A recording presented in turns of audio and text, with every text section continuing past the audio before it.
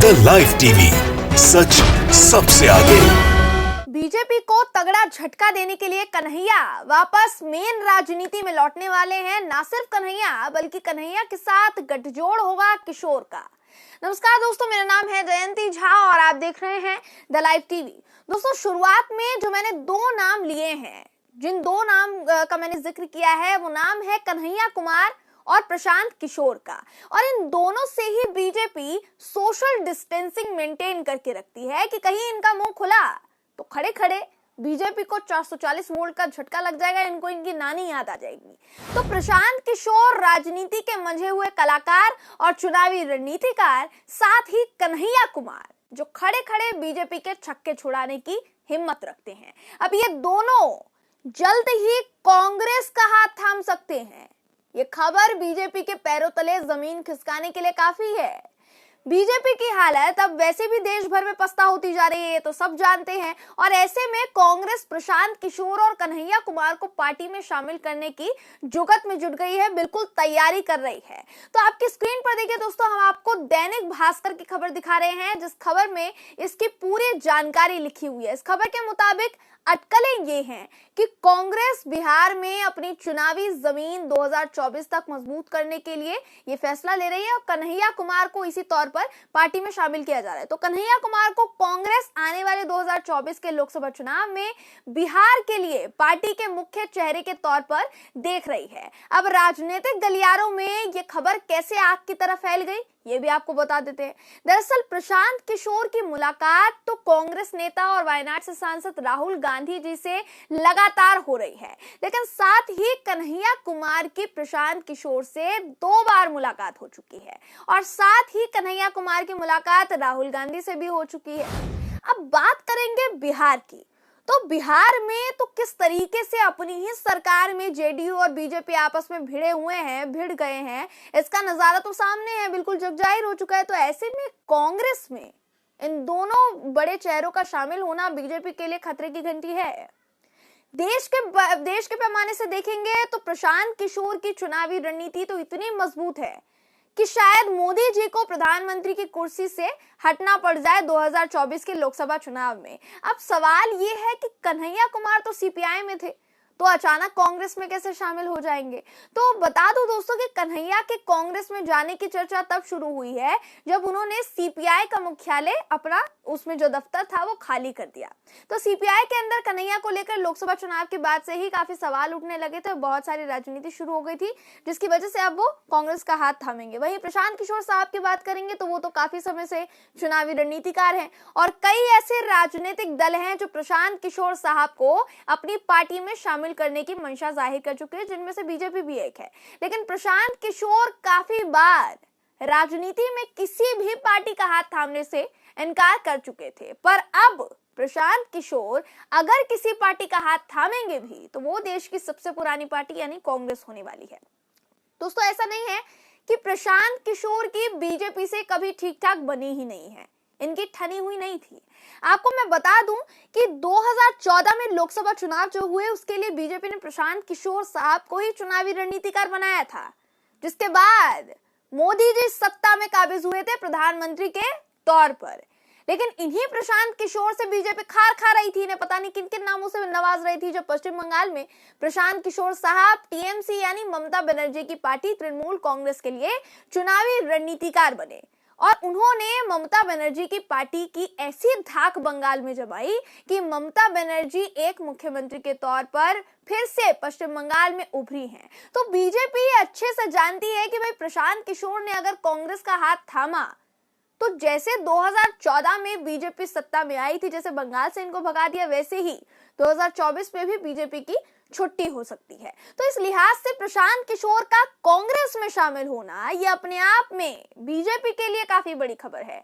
सबके लिए तो बड़ी खबर है ही, बीजेपी के लिए भी काफी बड़ी खबर है। अब कन्हैया कुमार के बारे में बात करेंगे तो कन्हैया का इतिहास बीजेपी के साथ कैसा रहा है ये तो सभी जानते हैं, लेकिन फ्लैशबैक में जाकर याद दिला देते हैं कि भाई कन्हैया कुमार बीजेपी को कब और कैसे लताड़ चुके हैं बहुत बुरी तरीके से। एक के बाद एक वीडियो दोस्तों आपको दिखाएंगे। सबसे पहले ये वीडियो देखिए, जिसे देखकर आप समझ जाएंगे कि भाई कन्हैया कुमार को देखते ही भाजपा के प्रवक्ताओं और नेताओं को मिर्ची क्यों लगती है। सबसे पहले आप ये वीडियो देखिए। जितना दिल्ली में हंगामा होना है हो जाने दीजिए। जब तक आंदोलन की अलग पूर्णिया और पटना से नहीं होगी तब तक मोदी का कुछ होने वाला नहीं है। इसीलिए मैं आपसे कहता हूं कि अगर इस लुटेरी सरकार को आप बदलना चाहते हैं तो आंदोलन की आगाज उत्तर प्रदेश के पूर्वी इलाकों से और बिहार की धरती से हमको करना पड़ेगा, तभी हम इस सरकार को उखाड़ करके फेंक सकते हैं। किसानों और मजदूरों के हक और अधिकार के लिए जय जवान जय किसान और जय संविधान के संकल्प को पूरा करने के लिए इस लड़ाई को हम आगे बढ़ा सकते हैं। बोलिए, इस लड़ाई में, इस संकल्प में आप लोग एकजुट होने के लिए तैयार हैं कि नहीं है? पक्का है ना? प्रधानमंत्री अगर कहते हैं कि एमएसपी था, है और रहेगा तो एक लाइन लगेगा, ज्यादा इंक भी खर्च नहीं होगा। एक लाइन लिखने में कितना देर लगेगा? एक लाइन लिख दे कि एमएसपी से कम पे किसी भी फसल की खरीद नहीं होगी।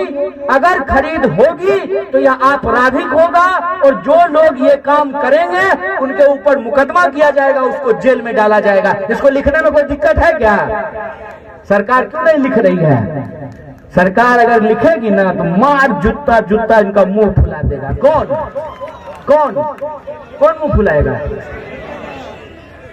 अब ये तो एक तस्वीर थी, इसके अलावा एक और वीडियो आपको दिखा देते हैं जब कन्हैया कुमार ने मंच पर संबित पात्रा को चुप करा दिया था। चौपाल न्यूज़ 18 का शो था जिसपे चुप करा दिया था, जिसके बाद पात्रा जी उछल उछल कर कागज ढूंढने लग गए थे। वीडियो दिखा देते हैं आपको, देखिए। उपराष्ट्रपति जी बीजेपी से हैं, प्रधानमंत्री जी बीजेपी से हैं, गृह मंत्री जी गृह निंदा करने वाले बीजेपी से हैं। हम आपसे पूछते हैं कि चार्जशीट क्यों नहीं हो रहा है, और चार्जशीट नहीं हो रहा तो आप चलिए हमारे साथ प्रदर्शन करने के लिए। हम आपके साथ चलेंगे प्रदर्शन करने। अभी चलेंगे साथ। देखिए, बतौलेबाजी करना एक बात होता है, मैं पढ़ूंगा तथ्य के साथ आप बतौलेबाजी कर, बोलिए ना, तथ्य के साथ बोलिए। बताइए। मैं तथ्य के साथ बोल रहा हूं। पहली बात, देश की आर्मी के सम्मान का मतलब यह होता है कि उसमें जाकर के काम भी करना। मेरे घर के लोग आर्मी में काम करते हैं, 16 लोग नौकरी करता है और उसमें से मेरा एक भाई शहीद भी हुआ है, इंसर्जेंसी में मारा गया है। एक बात। दूसरी बात, आपके घर में स्वतंत्रता आंदोलन का भी पेंशन नहीं आया। ये आपके घर मेरे घर में क्या होता है? ये आपके घर से कोई मरा है? पर्सनल से कोई मतलब नहीं। आपके घर से कोई मरा है? आपके घर से कोई मरा नहीं है तो आपके सवाल कैसे पूछ रहे हैं? आप एजेंसी लेकर के घूम रहे हैं। आपके घर से कोई मरा है? प्रबल प्रताप जी, आपके घर से कोई मरा है? आपके घर से कोई मरा नहीं है तो रोज शाम को मेरे से क्यों सवाल पूछते हैं? प्रबल प्रताप जी, अरे सुनिए, ये बार बार मेरे घर से कोई मरा नहीं, ये हिमाकत चालाकी आप मत करिए। मेरे घर से कोई मरा नहीं। अरे किशोर जी के घर से कोई मरा नहीं तो मेरे से पूछेंगे नहीं सवाल। हम मुद्दे पे बात करें, मुद्दे पे ना, ठीक है ना।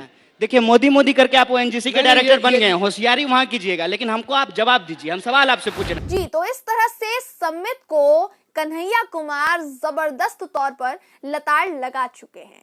यही वजह है कि कन्हैया कुमार से बीजेपी का 36 का आंकड़ा चलता है। बिल्कुल 36 का आंकड़ा।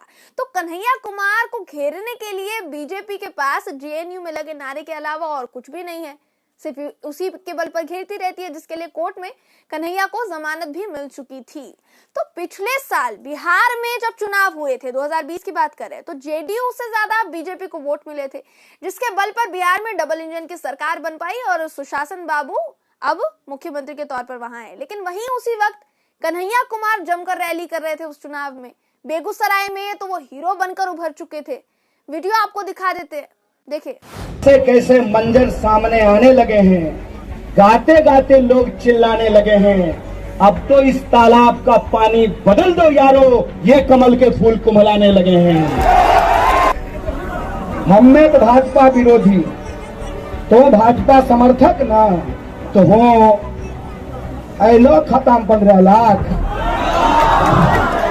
मिलो 2 करोड़ नौकरी, कहाँ गए अच्छा दिन की होले विशेष राज्य का दर्जा। अपना अपना लाइट ऑफ किए थे मोदी जी के कहने पे, खरिया बजाए थे मोदी जी के कहने पे।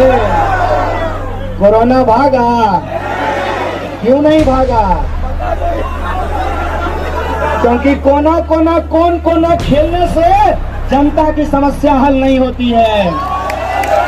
जी, तो अब आप बताइए कि कन्हैया कुमार जितनी तेजी में और जितनी बेबाकी के साथ बीजेपी की खटिया खड़ी कर देते हैं, ऐसे में कन्हैया कांग्रेस में शामिल हुए तो बीजेपी का क्या होगा अंदाजा लगा लीजिए। वहीं प्रशांत किशोर साहब तो बीजेपी की रग रग से वाकिफ हैं, तो मतलब ये कि प्रशांत किशोर और कन्हैया कुमार कांग्रेस में शामिल हो सकते हैं, जिसे लेकर बीजेपी को भाई अलर्ट हो जाना चाहिए। और अगर अभी भी नहीं हुई, अभी भी गुरूर में ही जी रही है, तो फिर तो देश की जनता तो अपना मिजाज बता ही रही है और बता ही चुकी है। तो विपक्ष भी जोरदार टक्कर देने के लिए अब बीजेपी को बिल्कुल तैयार है। बहरहाल दोस्तों, इस खबर पर आपकी राय क्या है कमेंट करके जरूर बताइएगा। अगर आपको ये वीडियो पसंद आया हो तो वीडियो को लाइक और शेयर करना ना भूलें। फिर मुलाकात होगी आपसे किसी ऐसी ही खबर के साथ, तब तक के लिए नमस्कार। द लाइव टीवी, सच सबसे आगे।